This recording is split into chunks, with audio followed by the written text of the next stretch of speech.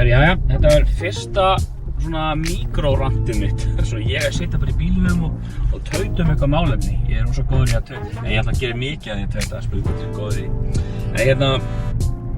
Málefni sem ég að velta fyrir mér. Mér finnst þess virði að hugsa Ég var að hlusta á þátt á BBC. Við þessum þætti þurfum við að tala konur, málefni kvenna og heilbrigðiskerfisins. Ef við út frá bresku perspektífi frekar en einhverju alþjóðlegu. Ég held að það rými algjörlega við hið íslenska sömuleiðis. Kannski þetta mér sérstaklega hugleikið núna því að nú var kvennafrídagur gær, þannig að maður er svona að spá í málefnum kvenna og svona jafnréttis og svona. Og nótabenni kvennafrídagur. Ég veit ég búinn að tauta þetta á öðrum samfélagsmiðlum, en mér finnst ekki að ég kalla þetta kvennafrídag. Frí svona einhvern veginn finnst mér gefa til kynna að það sé eitthvað sem vinnuveitendur sé að gefa þér. Þannig að þetta dagur sem konur eru að taka sér eitthvað til að mótmæla óréttlæti. Mér finnst það einhvern veginn niðurlægjandi eiginlega að kalla þetta frídag. Mér finnst það að kalla eitthvað annað, svona að sé einhver bylting í þessu, svona pennur sko. En allavega, skilur það. Þessi þáttur var fjallað þess konur og heilbrigðiskerfið og í rauninni var þeirri fullyrðingu slengt fram að konur væru körlum duglegri að sækja sér svona annars konar lækningaaðferðir. Eitthvað svona, ekki að segja nýalda en ég er að meina nýalda. Samt allt annað líka, að spá í næringarmálum og spá bara í jóga og ég veit ekki, bryðja orkusteina með hólhendinni eða eitthvað. Ég veit ekki hvað maður gerir. Konur gerir miklu meira þessu en karlar. Minnir að hlutfallið hafi verið 70-30, þó að ég sé ekki tilbúin að veiða það. En það, þessu var stengt fram og ég hugsaði fyrst,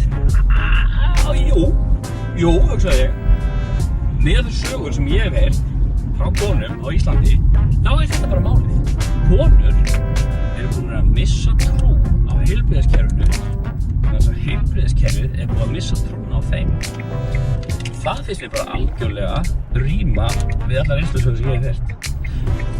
Ímyndum okkur að karlmaður komi labbandi inn á eitthvað, læknavaktina eða bráðamóttökuna eða hvað þetta heitir allt saman, kvartar undan verk fyrir brjósti. Hann er ábyggilega settur í hjartamónitor og alls konar rannsóknir og svona, því hann gæti verið að fá hjartaáfall.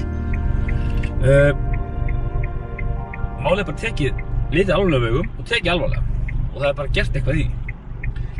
Ef að kona kemur inn með sama umkvörtunarefni, þá erum ekki bara eitthvað stresskellingin, sko, með eitthvað kvíða, einhverja millirifjagigt eða eitthvað og það er hún ekki bara, passa mataræðið og létta sig kannski aðeins og kannski sofa meira og hreyfa sig. Er það ekki bara, svo kemur bara aftur að þetta ágerist. Mér finnst ég að hafa heyrt þessa sögu of oft frá konum á Íslandi. Ég er bara ekki þess að því ef þetta væri viðbótið sem maður fengi, þá missum maður trú á kerfinu og kannski reyna að leita eitthvað annað. Þannig að það er ekki bara í MeToo og kynferðisáreitnis og afbrotamálum sem við eigum að hlusta á konur. Við þurfum líka að hlusta á konur í heilbrigðiskerfinu. Þannig að þetta var mín skoðun. Þið mér hafa aðra skoðun ef viljið. Ég hvet ykkur endilega til að likea og dislikea vídeóið ef þið eru sammála og ósammála.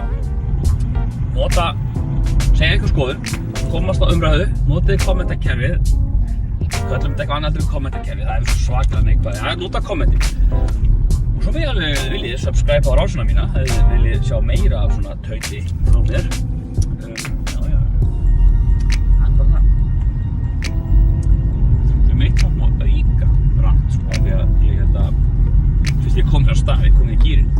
Ég fór fram hjá IKEA, keyrði fram hjá IKEA áðan og ég sá að geitin er komin upp, jólageitin. Núna í hvað er 20. október. Fór líka í Krónuna í gær. Í Krónunni var farið að selja jóladagatöl.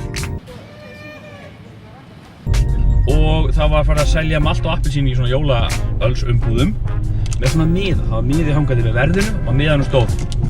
Það er spurningamerki. Of snemmt. Já, Krónuna. Þetta er of snemmt.